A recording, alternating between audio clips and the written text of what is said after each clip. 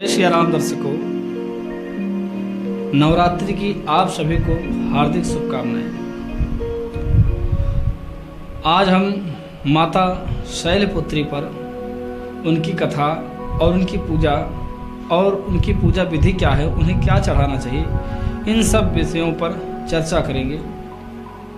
जो हमारी प्रथम माता है, प्रथमम शैलपुत्री, माँ शैलपुत्री, इनकी कथा क्या है, इन्हें क्या प्रिय है, इन सभी विषयों पर हम आपसे चर्चा करेंगे। प्रिय दर्शकों, माता शैलपुत्री की पूजा करके व्यक्ति मनोवांछित फल को प्राप्त करता है। उसके मन में जो इच्छाएं होती, सभी इच्छाएं पूर्ण करने वाली मेरी माँ जगदम्बा है।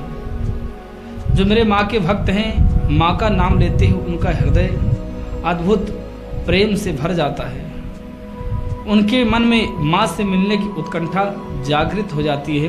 किस प्रकार वो माता के दर्शन को पाएं, और प्रायः हम सभी लोग माँ के अनेक धामों में जा कर के माँ की दर्शन करते हैं और माता को प्रणाम करते हैं। माँ को यथाशक्ति भोग प्रसाद लगा करके उनसे यही प्रार्थना करते हैं कि हे माँ, आप मुझे अपना दर्शन देने की कृपा करें और माँ मनोवांछित फल प्रदान करें। सर्वप्रथम आइए सुनते हैं कथा माता शैलपुत्री।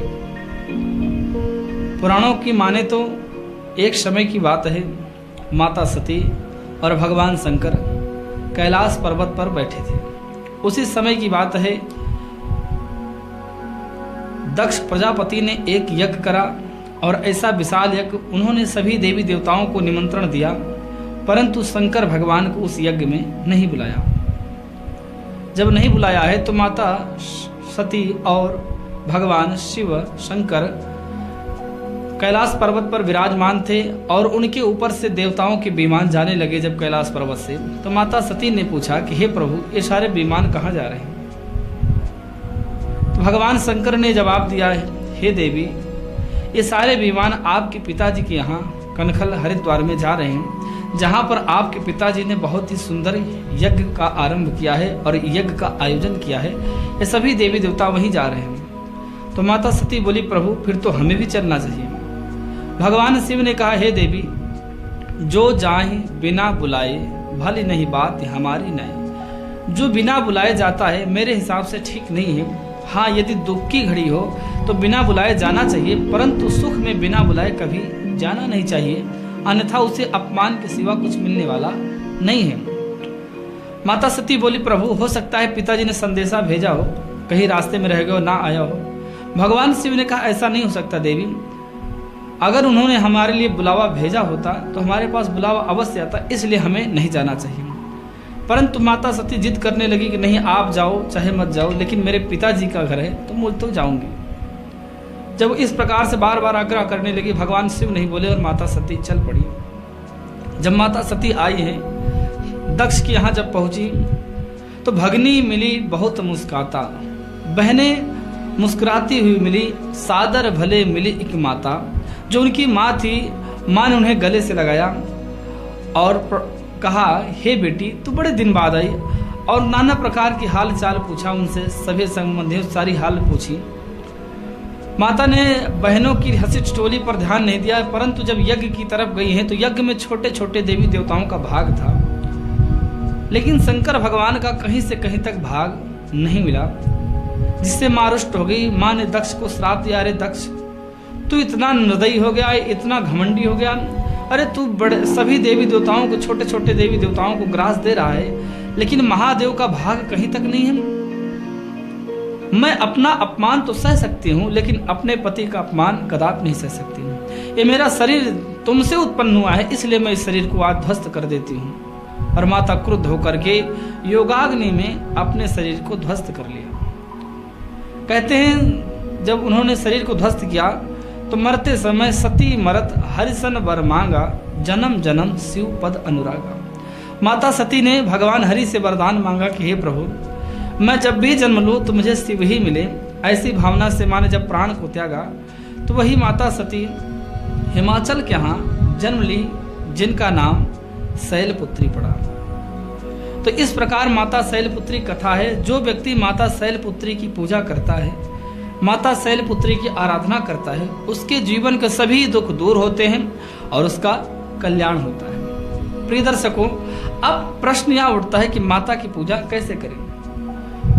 माँ की पूजा करने के लिए आपको नवरात्रि के प्रथम दिन स्नान इत्यादि करके शुद्ध हो जाना है और शुद्ध होने के बाद एक चौकी पर लाल कपड़ा बिछा लें और वहाँ पर माता की प्रतिमा स्थापित करें।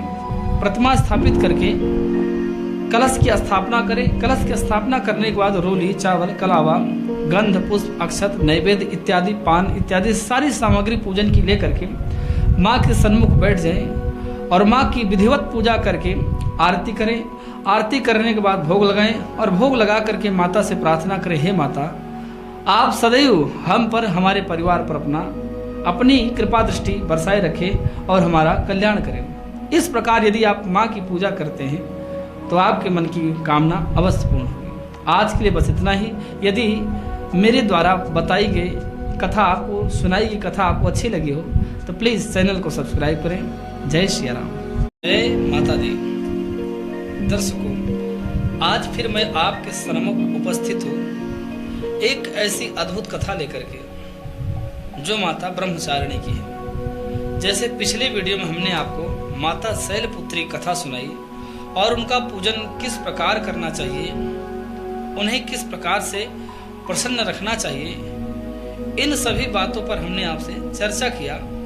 ऐसे आज माता ब्रह्मचारिणी के अद्भुत स्वरूप और माता के कथाओं का गुणगान आपके सम्मुख करने वाला। प्रिय दर्शकों, माता ब्रह्मचारिणी, माँ ब्रह्मचारिणी वो माँ है जो अपने भक्तों के कष्ट, दुख, दरिद्रता, भय, समस्त प्रकार के जंजालों से मुक्त करने वाली है।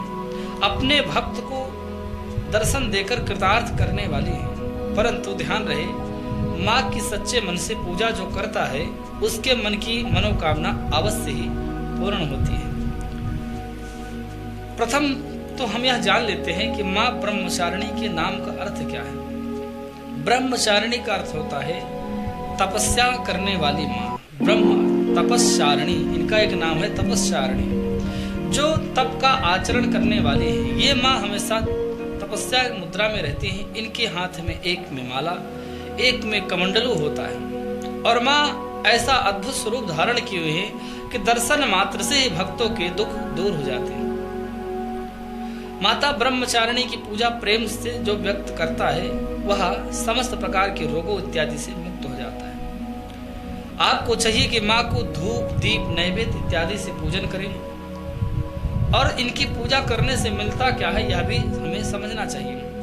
माँ की पूजा करने से हमें धन धान की वृद्धि तो होती है, परंतु साथ में हमें तपस्या करने का अनुभव प्राप्त होता है और हमारे पूर्व जन्म के पुण्य उदित हो जाते हैं और हमारे चेहरे पर एक अद्भुत अनुभव छलकता है जो लगता है वास्तव में हम अनुभवी हैं। ऐसे मेरी माँ की पूजा करना चाहिए। आइए सुनते हैं माँ की कथा। माँ ब्रह्मचारिणी कैसी है इनकी कथा और इन्होंने अपने भक्तों के लिए क्या किया और इनका नाम ब्रह्मचारिणी कैसे पड़ा। कहते हैं माता जब उमा के रूप में हिमाचल राज्य के यहाँ जन्म ली, इनकी माता मैना थी। जब इन्होंने जन्म लिया तो उसी समय की बात है, कुछ दिन जब बीता तो नारद जी आए और नारद जी को हिमाचल ने अपनी पुत्री उमा का जब हाथ दिखाया तो नारद जी ने कहा कि जो इनका पति मिलने वाला है वह उदासीन है, उसके घर द्वार नहीं है, वह उसका जो वेश है बड़ा अड़भंगा है, उसके गले में सर्प की माला है, साधुओं से घिरा रहने वाला है, वह अजन्मा है और उस पर कोई विजय प्राप्त नहीं कर सकता। इनका पति ऐसा है। जब ऐसा सुना है तो हिमाचल ने कहा कि ऐसा पति है कौन जो मेरी पुत्री को प्राप्त हो। तो नारद जी ने कहा यदि तुम्हारी पुत्री तपस्या करती है तो उसे ऐसा पति प्राप्त होगा। तो उसी समय की बात है कि माता उमा ने नारद जी से दीक्षा लिया और तपस्या करने वन में चल पड़ी। ऐसी घोर तपस्या माँ ने किया है, अन्न जल छोड़ करके माँ ने कई हजार वर्ष तक तपस्या करी। 3000 वर्ष तक माता ने अनेक प्रकार से तपस्या करी, फिर 30,000 वर्ष तक अनेक प्रकार से तपस्या करी। कुछ समय ऐसा बीता माँ को जब पता लगा कि भोलेनाथ को बिल्वपत्र बहुत ही प्रिय है, तो माता ने जमीन पर गिरे हुए बिल्वपत्रों का जब भोजन करना शुरू करा, उस समय माँ का नाम अपर्णा पड़ा। और कुछ दिन बाद माता ने बिल्वपत्र भी छोड़ दिया, वायु ग्रहण करके माँ रहने लगी। इस प्रकार माँ का नाम ब्रह्मचारिणी पड़ा और माता ने घोर तपस्या से शिव की प्राप्ति करी। तो जो व्यक्ति इन माँ की पूजा करता है, उनके जीवन से सभी दुख दूर होते हैं और उन्हें अभय वर प्रदान होता है। प्रिय दर्शकों, इस प्रकार मैंने आपको माता ब्रह्मचारिणी कथा सुनाई, और भी माताओं की कथा सुनने के लिए आप हमारे चैनल को सब्सक्राइब करें, लाइक शेयर जरूर करें। जय श्री राम। जय माता दी।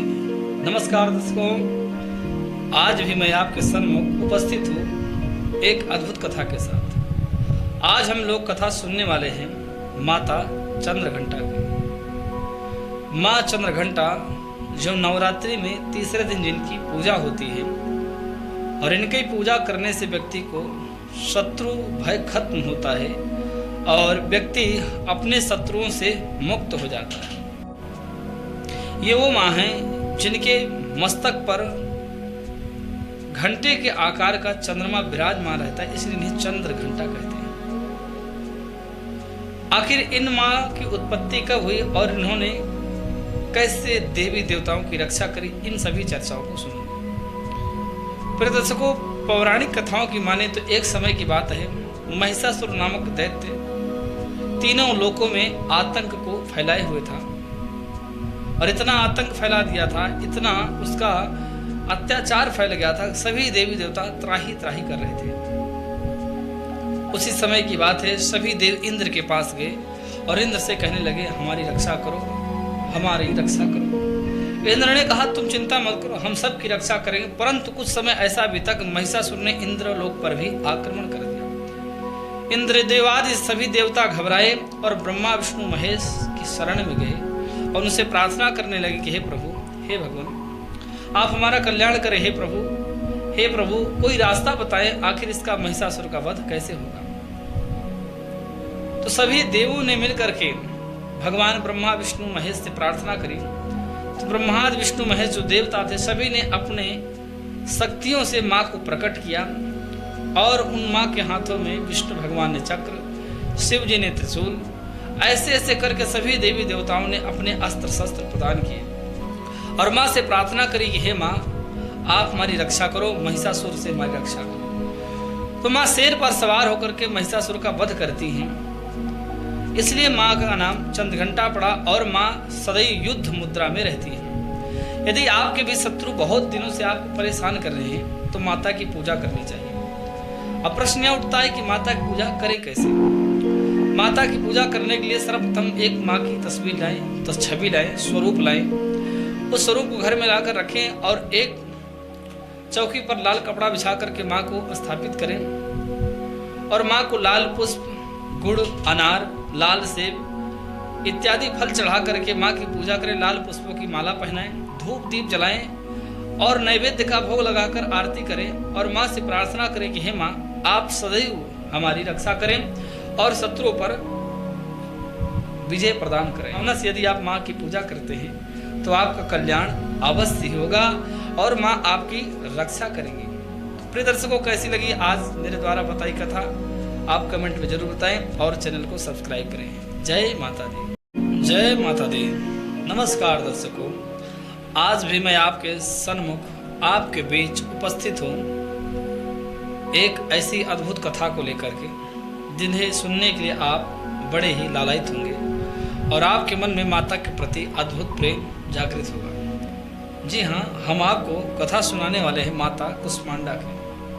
ऐसी माता जो सदैव अपने भक्तों की रक्षा करती है और सभी भक्तों को तंत्र मंत्र से रक्षा करती हैं, भूत प्रेत आदि से सभी भक्तों की रक्षा करती है। ऐसी माँ जिनकी 8 भुजाएं हैं। माँ के हाथों में शंख, चक्र, गदा, धनुष, बाण, कमल पुष्प, अमृत कुंड लिए हुए माँ विराजमान है और अपने भक्तों को आशीर्वाद दे रही है। ऐसी माता जो बड़े ही मंद मंद मुस्कान से मुस्कुरा रही हैं और अपनी मुस्कान से भक्तों की पीड़ा को हरने वाली है। ऐसी माँ कुष्मांडा।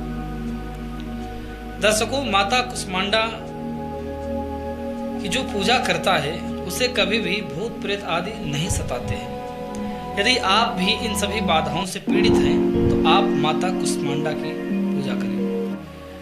माँ कुष्मांडा की कथा ऐसी है कि जब सृष्टि में कुछ भी नहीं था, चारों तरफ अंधकार ही अंधकार था, तो माँ ने अपने सहज ही मुस्कान से और बड़ी सरलता से इस सृष्टि की रचना कर दी।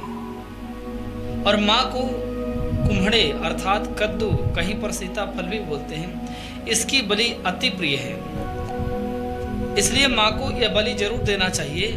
और कद्दू या कुम्हड़ा या कहीं सीताफल बोलते हैं, ये जरूर चढ़ाना चाहिए माता को और उससे प्रार्थना करना चाहिए कि माँ, मेरे जीवन से यदि कोई भूत प्रेत आए हों या कहीं रास्ते में मिल गया हो, कहीं पर भी हो, थे माँ आप उन्हें दूर करें और सदैव मेरी रक्षा करें। माता की पूजा करने के लिए आप विशेष रूप से लाल पुष्प अर्पण करके माँ को गुलाब के फूल की माला पहना करके धूप दीप जला करके और नैवेद्य का भोग लगा के माँ की आरती करनी चाहिए और बैठ करके माँ के मंत्रों का, बीज मंत्रों का जाप करना चाहिए, जिससे आपके सभी कष्ट दूर हों। और माँ पर श्रद्धा रखनी चाहिए, क्योंकि बिना श्रद्धा के आप कोई कार्य करते हैं तो आपकी श्रद्धा, बिना श्रद्धा के आपका कार्य पूर्ण होने वाला नहीं है। इसलिए भक्तों, संतों, दर्शकों, आप ध्यान दें कि श्रद्धावान लभते ज्ञानम। जिस प्रकार से एक श्रद्धावान व्यक्ति ज्ञान अर्जन करता है, ऐसे जो भक्त होता है श्रद्धा से ही माँ की दर्शन को करता है। आपने